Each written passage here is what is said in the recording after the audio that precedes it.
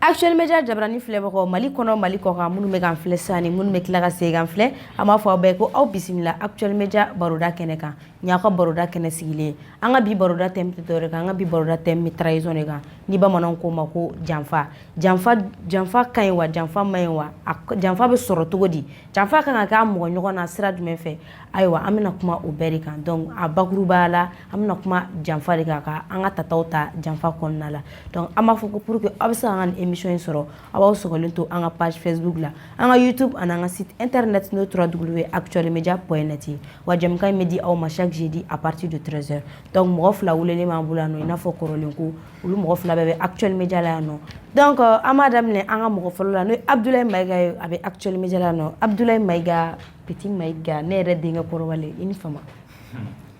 ko kaya i bonyana dɛ i bɔrɔnsage nalen don sisan dɛ Selengɛkaw Selenge o ka kɛnɛ baasi t'u la baasi foyi t'u la non baasi foyi tɛ Selenge ka di yan a bɛ dɔn minɛ parce que hali n t'o f'i ɲɛna ko n'i taara yen nɔ a banna n bɛna taa tour cɛ parce que i b'a dɔn min digira n na i taara kan to parce que ɲɛ b'i tɛ na cogo min na sisan ne bɛ n ka kan na ne bɛ n ka kan o ye kan kelen filɛ dɛ an dun kan ka kɛ kan kelen de kɔnɔ e ne denmuso dɛ i bɛ k'a fɔ ne ma ko ne ye den aya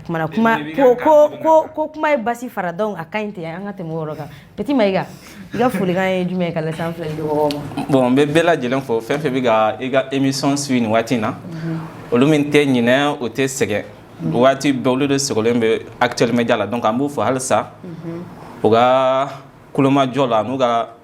commentaire n'u ka email fɛn fɛn bɛ bila an ka page kan an b'o fɔ bɛɛ lajɛlen na wa an bɛ hakɛto ɲini fɛnɛ kɛ an bɛna don émission min kɔnɔna na n'an donna min gasi la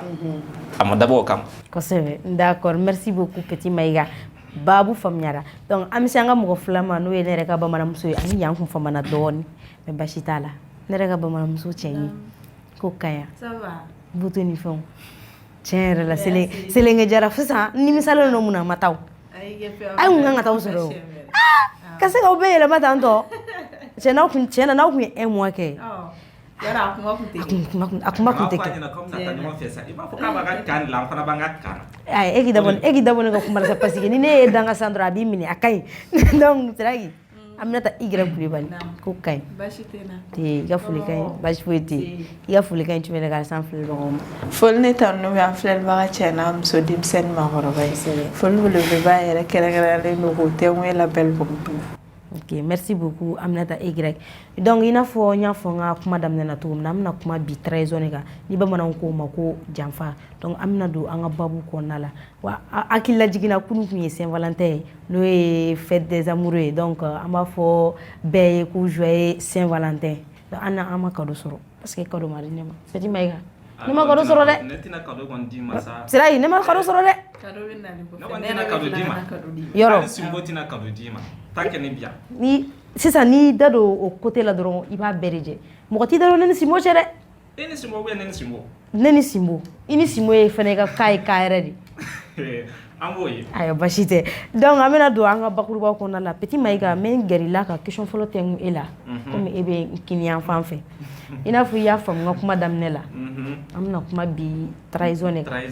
bamananw ko ma ko janfa n bɛ fɛ dakuruɲɛ damadɔni na i ka fɔ n ye janfa yɛrɛ kɔrɔ ye jumɛn bon hali sisan an bɛ hakɛto kɛ ɲini an filɛlikɛbagaw fɛ bon ne bɛ min dɔn janfa na n'a fɔra ko janfa o de ye e ni mɔgɔ dɔ ka bɛn fɛn dɔ la mɔgɔ fila ka jɛ fɛn dɔ la ou bien ka bɛnkan di ɲɔgɔn ma dɔ ka ban o bɛnkan in waleya ou bien k'a bɔ a sama k'a bɔ o bɛnkan in kɔrɔ donc i ni mɔgɔ fila a ka bɛn kelen kan e ka bɔ kɔfɛ ka bɔ o ko la kɔrɔ k'a sɔrɔ hali a tigi t'a kalama d'accord donc o de ye janfa ye d'accord merci beaucoup Petit Mayiga donc bamananmuso i n'a fɔ i y'a faamu kuma daminɛ la an bɛna kuma bi janfa de kan a ma nɔgɔn dɛ janfa o de ji bɔlen don sa an ka société kɔnɔna la donc n bɛ fɛ dakuruɲɛ damadɔni na i ka janfa ɲɛfɔ an ye dɔɔni janfa ye min ye bon ne kɔni ka côté la ne bɛ janfa jate jigiwaro de fɛ ni n ko jigiwaro i n'a fɔ Mayiga y'a fɔ cogo min na consensus de bɛ kɛ ni dɔ ni ɲɔgɔn cɛ a bɛ kɛ baara kɔnɔna la jɛ kɛcogoya la a n'a ɲɔgɔnna caman mais dɔ ka ban qu'au idée abandonnée. Il n'a pas la personne n'est plus fidèle à ce qui a été convenu. Donc au tigé la moram c'est qu'à faut qu'au tigé janfa ni jigi waro yela ko la doron awe nani janfa il n'a pas ka bon mo jigi ko. D'accord, merci beaucoup Aminata Igre. Famille sur la janfa ere korokan donc amina du anga babu konnala. Maïga. Ere bulu mune be nani janfa ko juguni aramadoni no jebi. Bon, na société fait un tagal d'ailleurs, mimi nani janfa yere. Côté gachan kelen te flatte fan chaman be mimi se nani janfa mo ga hadamadia la ina fo jamana flan fana ñogon ci mais bon ni ayo mo mimi nani janfa yere soit atigi kun ni ayo mo yi janfa sa soit atigi kun te ladu dafa ga koro ou bien atigi natala mo ni fla o be mo chaman bla janfan cadre konana. D'accord.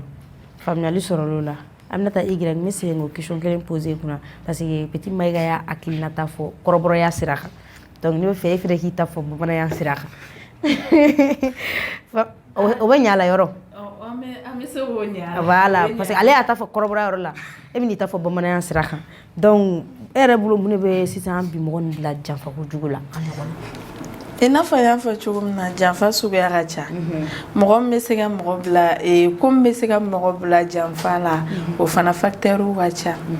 c'est que i bɛ taa sɔrɔ nata bɛ se ka mɔgɔ bila a la ni nata bonyana kosɛbɛ ou soit i ni mɔgɔ min kun bɛnna fɛn kan o frustration fana b'a la je m'explique e ni mɔgɔ ka kɛ a bɛ baara de la ɲɔgɔn fɛ la personne a bɛ frustrer kuma bɛɛ i b'a ye ça te pousse à aller voir ailleurs ou bien a tigi t'i considérer ça te pousse à aller voir ailleurs o n'a ɲɔgɔnna caman mais janfa fana a ko i n'a fɔ n y'a fɔ cogo min na a ko ka ca mɔgɔ fana Maïga ye yɔrɔ dɔ fɔ o diyara ne ye kosɛbɛ ko n'i y'a ye mɔgɔ bɛ janfa i bɛ taa sɔrɔ a b'a jogo la mais o dɔrɔn tɛ i bɛ taa sɔrɔ dɔw bɛ yen nɔ a t'u jogo la mais ko na circonstance o b'o bila a cogoya la i n'a fɔ cɛ n'a muso cɛ n tɛ m'a fɔ n ko n bɛ infidélité cautionner e muso cɛ a t'e bonya a b'i dɔgɔya kuma bɛɛ ni mɔgɔ dɔ sɔrɔ la dɔrɔn ko bɛ attention fitinin porter kan n'i kɛra mɔgɔ mun a mun ka fɛgɛ dɔrɔn i b'a ye i bɛ la fili kɔnɔ i bɛ mana ko kɛ donc o de bɛ nana donc janfa ko in fila a bɛ zana a b'a a cɛlakaw fana na a b'a fila bɛɛ la donc i bɛ taa sɔrɔ soit ni ma ko dɔ kɛ ka ɲɛ o bɛ dɔ in na o bɛ na ni frustration ye soit dɔ in nata bonyana quel qu'en soit c'est de deux côtés. D'accord, faamuyali sɔrɔ la sa merci beaucoup Aminata Igre. Petit Maïga mais n gɛrɛla ka question filanan tɛ wuli e yɛrɛ bolo avantage bɛ janfa la. Bon, janfa avantage an tɛ se ka avantage fɔ parce que an y'a a kɔlɔlɔ ka ca trop ka tɛmɛ bon hali ni avantage b'a la tiɲɛ na an tɛ bɛrɛ dɔn a la an b'a inconvénient dɔn. I tɛ foyi dɔn min ye avantage y'a la. Janfa avantage non janfa avantage non. D'accord. An b'a inconvénient de dɔn. Avantage tɛ janfa la. Avantage t'a la ni kɔlɔlɔ kɔ. A kɔlɔlɔ ka ca mɔgɔ yɛrɛ bɛ se k'i ka jamana bila dingɛ kɔnɔ janfa kama sisan ne ye ci dɔ kalifa e la ne ko an bɛ misali dɔ ta sisan ne den fila ne bɛna taa dugu la ne n denw ba tɛ so mais e de bɛ yen ne ye n den kalifa e la ne ko n k'i janto n denw na sani n ka segin ka bɔ voyage la bon e dun ye layidu kan di ne ma ko tiɲɛ na ko n ye laɲini min kɛ k'i b'a sabati ne taara dɔrɔn e ne den ninnu bɛɛ gɛn ka bɔ so kɔnɔ i tɛ ji d'u ma i tɛ fini d'u ma fosi o bɛ taa bɔlɔn fɛ min ka di ka t'o kɛ ni ne nana ni ne ko n den dun i bɛ kuma yɔrɔ sɔrɔ prétexte yɔrɔ sɔrɔ k'a fɔ tuguni i m'a ye i ye denw mago sa du kɔnɔ mais i tilala ka bɔ ne fana jigi kɔrɔ. A ye janfa ka tila ka fana janfa n'an taara nata sira fɛ sisan an bɛ n'an ye mɔgɔ dɔ ta sisan an ka clan dɔ kɛra yan an ka fɔ nin de y'an ka ɲɛmɔgɔ ye sisan semaine o semaine an bɛ 20 fara ɲɔgɔn kan k'o d'a ma bon an b'a fɔ ko ni kalo sera an bɛ taa kɛsu ta ka na wari jate semaine o semaine hali n'a kɛra n'an ye 20 fara ɲɔgɔn kan mais o wari bɛɛ kan k'o hakɛ dɔn fɛn fɛn bɛ tɔn na o b'a hakɛ dɔn mais wari mana da ale ma ni don min na wari ci waati sera n'an ko k'a ka taa wari ta ka na an b'a sɔrɔ wari tilancɛ bɛ nɛgɛ kɔnɔ wari tilancɛ tɛ n'an dun y'a ɲininka wari taara min a b'a fɔ ko min dira ma o de ye nin o fana ye janfa cɛ o ye jigitigɛ yɛrɛ ye bon a inconvénient ka ca mais an bɛ ninnu d'i ma dɔrɔn sinon a baden de bɛ fɔ tɛ min ban. D'accord, merci beaucoup Maïga. Siraki, i bɛ se ka dɔɔni fara Maïga ka inconvénient kan wa ou bien? Bon ni ko janfa i n'a fɔ a bɛ fɔ cogo min na ko janfa tile mana bɔ cogo cogo ko nimisa b'a kɔfɛ o bɛ fɛn min na o ko kɔlɔlɔ tan tɛ janfa mana kɛ cogo cogo i bɛ taa sɔrɔ un jour i bɛ regretter e yɛrɛ dɔrɔn tɛ parce que i bɛ na ni mali le ye surtout ni mɔgɔ minnu collaborer la i bɛ na ni jigilamisɛnya dɔ de ye u bolo mais e ka exemple minnu ta olu dɔrɔn tɛ a exemple ka ca i b'a dɔn mɔgɔ ni danaya de rompi la o de ye janfa ye mɔgɔ fana tɛ da bɛɛ la o i bɛ taa sɔrɔ i bɛ da mɔgɔ min na e jigi b'o de k'a nɛmu i ka ko bɛɛ y'o de ye n'o tigi furula ka bɔ i jigi kɔrɔ o bɛ se ka mun kɛ adamaden na bɛɛ ko kun ka ca a bɛ se ka na ni dépression ye dépression don ala ka bɛɛ kisi o ma an b'a fɔ ko tubabula bana don alors que an yɛrɛ dépressif ka ca an bolo yan nɔ an tɛ o jate an b'a fɔ ko ye tubabu ka ko ye walima o b'a fɔ e filila i yɛrɛ ma ou bien e t'i yɛrɛ dɔn alors que bɛɛ b'a dɔn ko dépression ye bana de ye i bɛ bana jugu ma n'o juguyala o bɛ se ka na hali ni kunkololabana ye mɔgɔ la a bɛ se ka janfa bɛ se ka na ni hali ni suicide ye parce que ni mɔgɔ jigila misɛnya la kojugu a bɛ hakilina sugu bɛɛ ta a kɔnɔna la ni a tigila mɔgɔ ma kɛ mɔgɔ ye une personne forte dɔrɔn a bɛ se ka taa a yɛrɛ faga a bɛ se ka na n'a ye hali a tigi bɛ kɛ gulɔmina ni a tɔ ninnu ye parce que an caman b'a fɔ n dusu kasilen don e mana taa mɔgɔ min nɔfɛ n'o ma conseil ɲuman d'e ma dɔrɔn a b'a fɔ e taa nin kɛ pour que i k'i yɛrɛ lafiya ou bien ni ne b'i lafiya e fana e bɛ t'o kɛ dɔrɔn finalement a bɛ kɛ addiction de y'i bolo i tɛ se ka fara a la. mais est ce que sisan o e bɛ k'o côté mun fɔ sisan nɔ est ce que an fana bi mɔgɔw tɛ k'an profiter o kutoni fɛ ka janfa don ba la pour que an bɛ se k'an ka besoin satisfaire. o fana ye chapitre wɛrɛ ye mais ne kɔni bolo o nɔba de b'a la parce que n'i ye mɔgɔ caman ka situation ta mɔgɔ si de tɛ yen nɔ bi k'i bɛ se k'a fɔ chaque jour alhamdulillah o yɛrɛ tɛ yen nɔ ni balikuyala ka ban i bɛ taa sɔrɔ don dɔw bɛ kɛ a ma nɔgɔ i yɛrɛ ma o bɛ bɛɛ la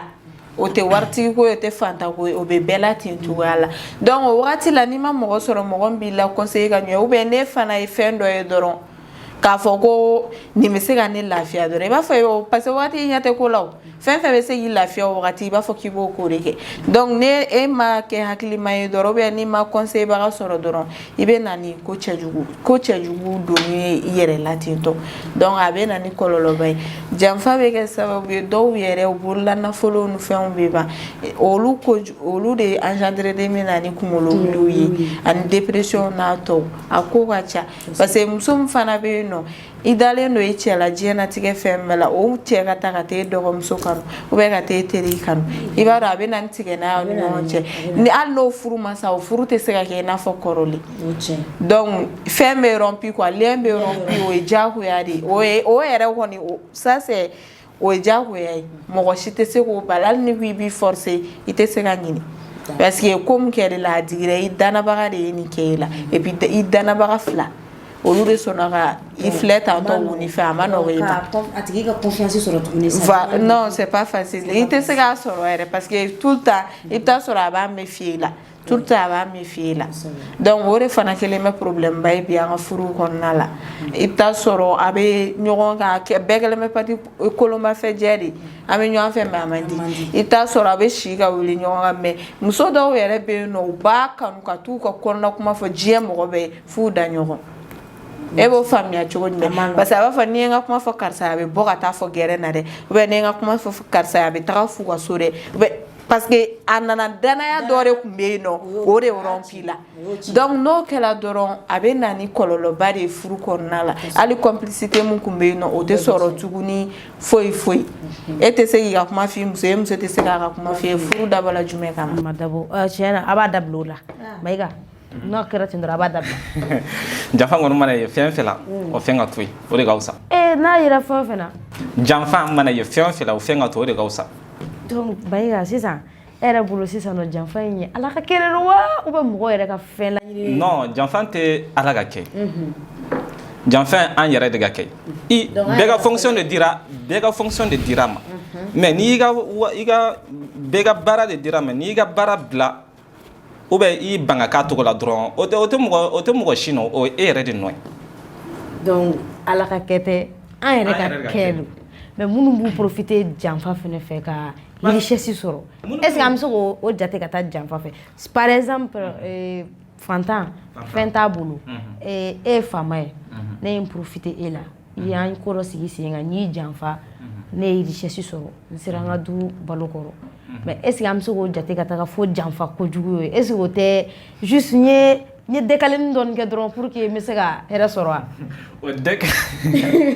o décalé fitinin dɛ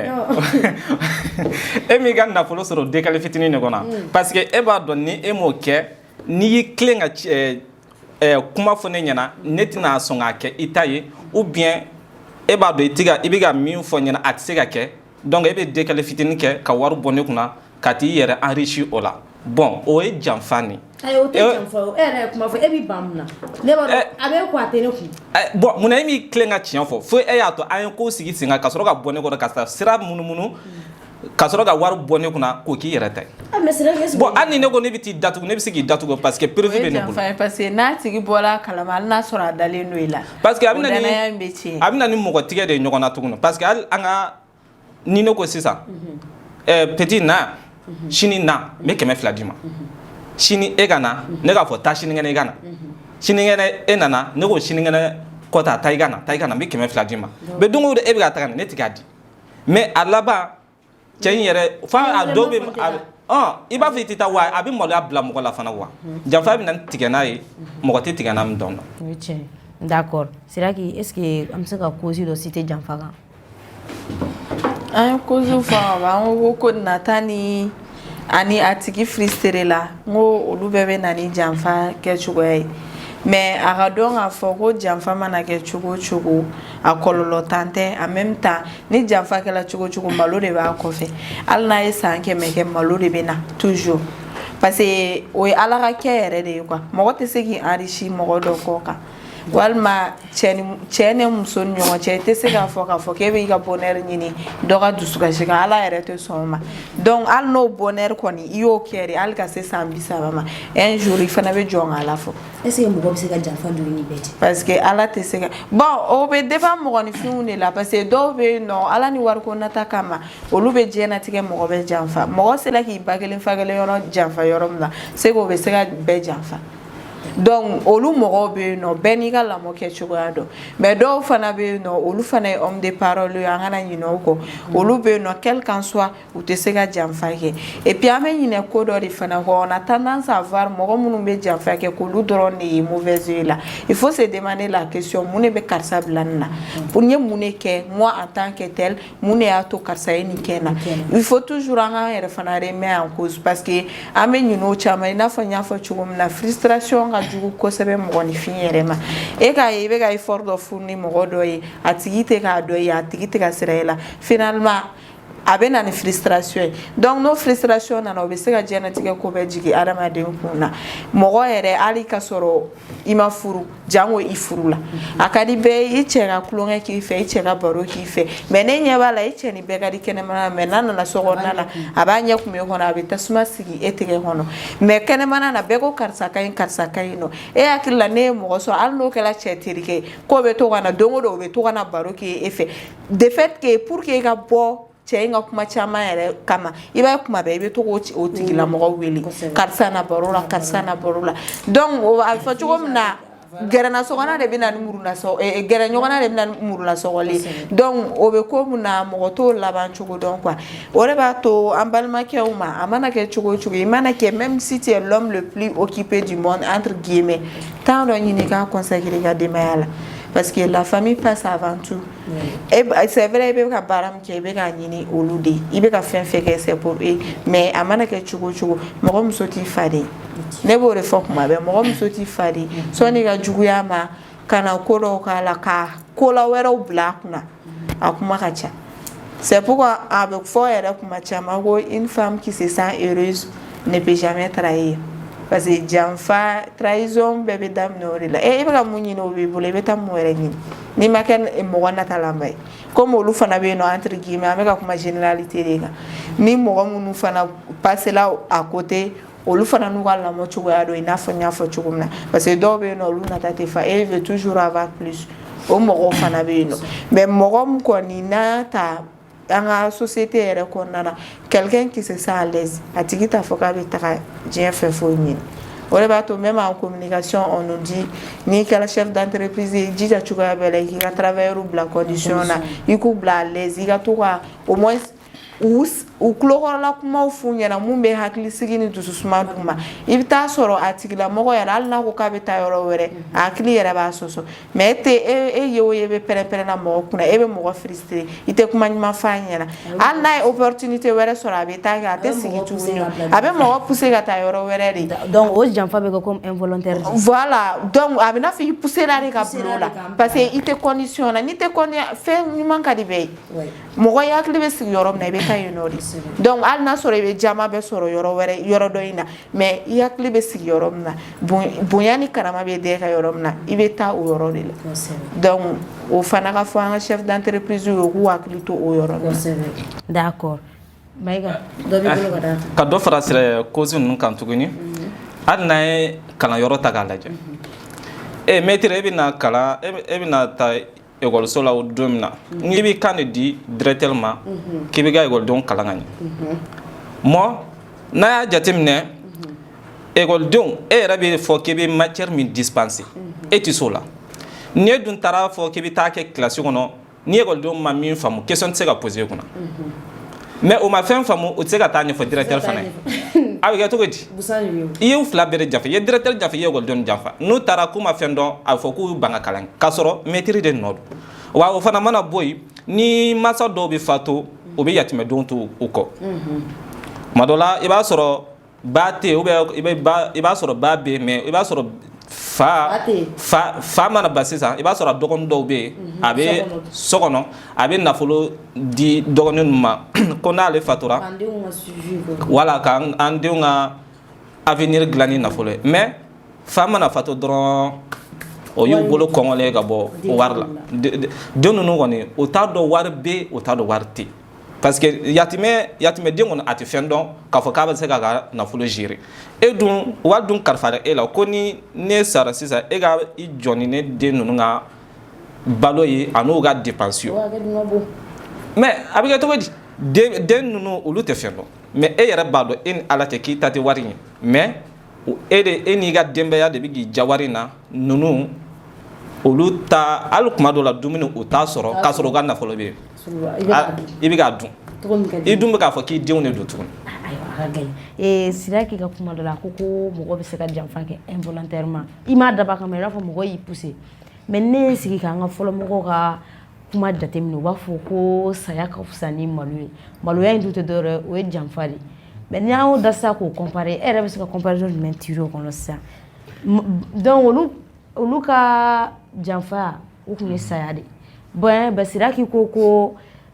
janfa be se kana involontairement comme il n'a faut ka mogo pousser ka ke ka mogo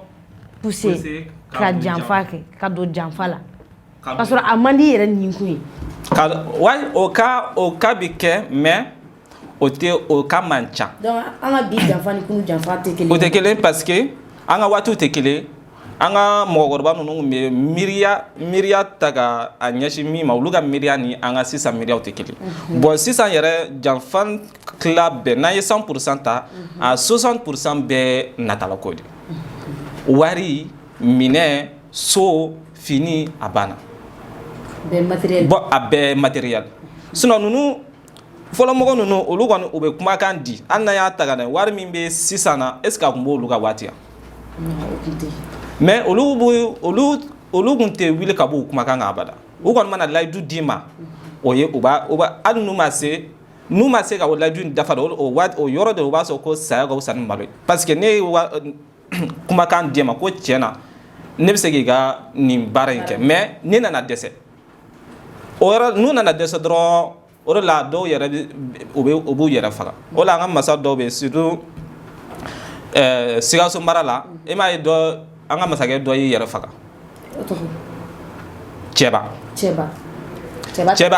Cɛba Tarawele mais waati min na colonisateur nana dugu kɔnɔ a dɛsɛra k'a ka dugu bɔ bolo la o ye kɛlɛ kɛ mais a nana dɛsɛ yɔrɔ min na a sɔrɔ ka taa a yɛrɛ faga a taara a yɛrɛ faga suicide o waati de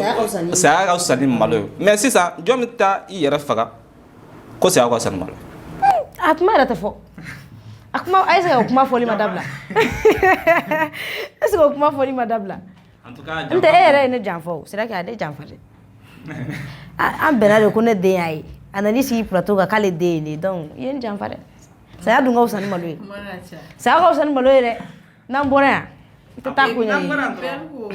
Pour ajouter quelque chose, il ne faut pas oublier aussi, surtout dans la société, surtout les grandes entreprises là. Nous devons faire, surtout les entreprises, nous devons concurrencer là, pour pouvoir que les informations tirées, boîte de faire là, et que l'on est responsable de nous faire. Non. Il va être même gardien de nous faire. Les personnes qui sont moins considérées dans la société, parce que olu mɔgɔ ka jate t'olu ka yɛrɛ olu considérelen yɛrɛ de tɛ donc olu n'u ka frustration sigilen don dɔ bɛ taga dɔrɔn ka taa kumaw fɛ ka taa se kuma cɛɲi fɔli la karisa n mago bɛ nin telle information na ni sera ka n di yan nɔ n bɛ nin warida in d'i ma ou bien ni sera ka n d'i ma n ye nin lawuru in ta n ye n bɛ nin k'i ye directement parce que patron dɔ in yɛrɛ a bɛ tɛmɛ hali a t'a fo a bɛ tɛmɛ o la a bɛ tɛmɛ gardien na da la même un simple bonjour a tɛ se parce que pour lui ale ka fisa n'o ye hali k'a tigilama fɔ karisa ni ɲankuma a tɛ se k'o kɛ n'a bɔla o kelen n'i y'a ye k'a tɔgɔ wele hali dɔw yɛrɛ tɛ se ka u ka baarakɛlaw tɔgɔ u b'a fɔ heyi de parce que a tigi bɛ baara la i bolo u b'a fɔ heyi ou bien da in yɛlɛ o de b'u ni ɲɔgɔn cɛ wa kumakan kelen n'o m'o mɛn fana o fana n'a ko de don e hakili la ko mɔgɔ min bɛ ten tɔ o condition na ko a bɛ a dayirimɛ ɲini na dɔ ka na manama sumalen kɔnɔ o manama sumalen sɔrɔ ka proposition dɔ k'o ye a b'a fɔ a bɛɛ ka tiɲɛ n ka sira foyi t'a la a b'o de fɔ parce que n bonya ne tɛ ka kɔrɔ a bɛɛ ka tiɲɛ ne ka foyi t'a la parce que an kana ɲinɛ mɔgɔ caman bɛ taa te min olu de kɔrɔ an caman an bɛ taa sigi e karisa premier ma mɔ i bɛ taa sɔrɔ hali n'a sɔrɔ ne bɛ baro la sisan nin kɛla ne na société kɔnɔ nin kan ka kɛ a bɛ taa sigi o de kɔrɔ an bɛ kuma fɔ a tɛ ɲininkali kɛ dɛ an bɛɛ bɛ taa da ale de ma a ka da la yen nɔ donc ale informelen don hali ka tɛmɛ supérieur kan o de kama a bɛ fɔ ko pour que i k'a dɔn fɛn min b'i ka société la to ka gɛrɛ i ka employé les moins considérés to ka taa olu nɔfɛ ni gɛrɛlu la ka baro kɛ fɛn caman bɛ hali frustration ni fɛn minnu bɛ kɛ entreprise kɔnɔ olu de bɛ se k'i informer a la karisa kɔni nana sigi yan o don la a tun bɛ kasi la dɛ karisa kɔni nana sigi yan o don la a tun bɛ kuma misɛnnin na olu de bɛ se k'o parce que a bɛɛ bɛ tɛmɛ olu de fɛ olu de bɛ se k'o ye mais ne ko k'e t'olu considérer dɔ ka taa dɔrɔn ka taa propre hali ni yɛrɛ dun bɛ taa parce que n jatelen tɛ ni jatelen tɛ yɔrɔ yɔrɔ la bonya t'o ko la donc bonya ni karama de ka di bɛɛ ye bɛɛ ko o tiɲɛ d'accord donc ala ka bɛɛ kisi janfa ma Petit Maïga te solution damadɔni d'a ma pour que dɔ bɛ se ka bɔ janfa la janfa minnu pousse parce que janfa suguya in cayara de a ka ca an yɛrɛ filɛ ne ka min fɔ dɔw bɛ pousse ka don janfa la ka sɔrɔ a man di ninnu ye mais dɔw bɛ yen olu ka janfa ka d'u ye yɛrɛ de janfa ka d'u ye wa dɔw yɛrɛ t'a dɔn k'u bɛ ka janfa kɛ koyi dɔw yɛrɛ t'a dɔn k'u bɛ janfa na k'a sɔrɔ o bɛ janfa yɛrɛ mais o t'a dɔn k'u bɛ janfa na donc olu de ka peine ka bon mais minnu bɛ pousse ka don a la du yɔrɔ jurumu t'u kan ni jagoyara ka bila fɛn na i b'a dɔn k'a man di ye i tɛ fɛ k'a kɛ parce que n'i ye n tɔɔrɔ par exemple ni e ye ne tɔɔrɔ ka ne tɔɔrɔ ne b'i janfa ne b'i t'i di rebelle ma n'i ye n di rebelle ma tu vas flash kɔ d'accord donc minnu bɛ pousse ka don janfa la jurumu t'u kan non minnu bɛ pousse ka don a la k'a sɔrɔ a man d'u ye mais e bɛ pousse ka don a la k'a sɔrɔ a ka di e ye e n'u bɛɛ ye kelen fo n'a sɔrɔ a man di ye dɛ a man di e ye ka janfa kɛ e tɛ fɛ ka janfa kɛ u ye bila diyagoya bilen e dun bɔtɔgɔ t'i la n'i y'a kɛ jigi tɛ k'i la mais a ka di e ye ka kɔrɔ e ma sira de sɔrɔ i bɛna janfa kɛ sira minɛ mais u ye poussé viu a taara an ka taa sira dayɛlɛ dɔrɔn pro o y'a sɔrɔ o y'ale fana ka hɛrɛ sɔrɔ de d'accord donc i bɛ se ka solution damadɔni di pour que dɔ bɛ se ka bɔ o janfa sugu ninnu na bon n bɛ se ka solution dama min fɔ an ka janfa an ka kɔlɔlɔ lajɛ a bɛna laban min ma parce que i n'a fɔ bamananmuso y'a fɔ cogo min na a bɛɛ laban ye nimisa de e kɔni mana mɛn janfa na hali n'i ye san 20 de k'a la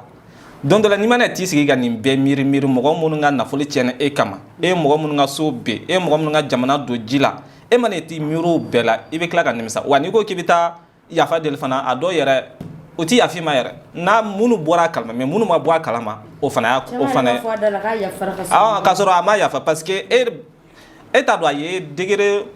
degré nun bilo dusukun na k'a fɔ ko bɛna se ka yafa tile kelen ou bien kalo kelen a ka gɛlɛn o de la an ka a kɔlɔlɔ lajɛ an ka laban lajɛ janfa ye a tɔɔrɔ bɛna degré min na an ka o tɔɔrɔ lajɛ wa an ka dɔ bɔ an ka nata la an ka dɔ bɔ an ka nata la ni an ka dɔ bɔ an ka jɔyɔrɔ ɲini fana na ne bɛ se ka nin ladilikan de di. d'accord merci beaucoup Mayiga Siraki e yɛrɛ bɛ se ka solution damadɔni jumɛn di pour que dɔ bɛ se ka bɔ janfa jugu la. Ne ka solution ye mun ye dɔrɔn an ka hakili to an kumakanw na dɔrɔn mɔgɔ n'i ye engagement min ta i k'i jija i k'o bɔ a wale fɛ en même temps an ka mɔgɔ tɔɲɔ dabila an ka ɲɔgɔn tɔɔrɔ dabila quoi donc n'o o caman bɔra an ka ko la i b'a ye belebeleba bɛ bɔ janfa ko in na et puis an ka hakili to ɲɔgɔn na an kana kɛ personne égocentrique ye parce que mɔgɔ mun fɛn ko fɛn bɛɛ centre y'ale kelen de mɔgɔ min fɛn ale de ka kan ni diɲɛ fɛn bɛɛ o hakili tɛ se ka to mɔgɔ wɛrɛ la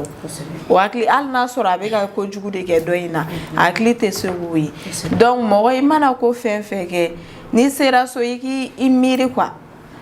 ne ye mun kɛ ni journée in kɔnɔ n'o sela ka degun do karisa ma ou bien n'o sela ka degun do nin ma ou bien mɔgɔ joli de bɛ ne ka société la k'o bɛ ka nin kɛ ou bien ne yɛrɛ ni n ka partenaire ni ɲɔgɔn cɛ est-ce que la personne se sent heureuse ou bien ou pas ni i yɛrɛ poser ni question n'i ye ni question damadamani ninnu poser i kunna i b'a ye toi-même tu vas te remettre en question donc n'i yɛrɛ remet en question i bɛ taa sɔrɔ i yɛrɛ b'i ka ko dɔw ye i b'a fɔ ne yɛrɛ bɛ ka nin kɛ nin ma ɲi nɔ donc i yɛrɛ b'i yɛrɛ auto éduquer quoi en un mot donc i yɛrɛ bɛ ko dɔw dabila i yɛrɛ ye a ma se mɔgɔ ka to ka dalamisɛnya kɛ i la n'i ye i bɛ dalamisɛnya kɛ mɔgɔ min na parce que a tigi ka di i ye de o sisan ni i ka se tɛ mɔgɔ min na a finna a jɛla a ka mun bɛ se ma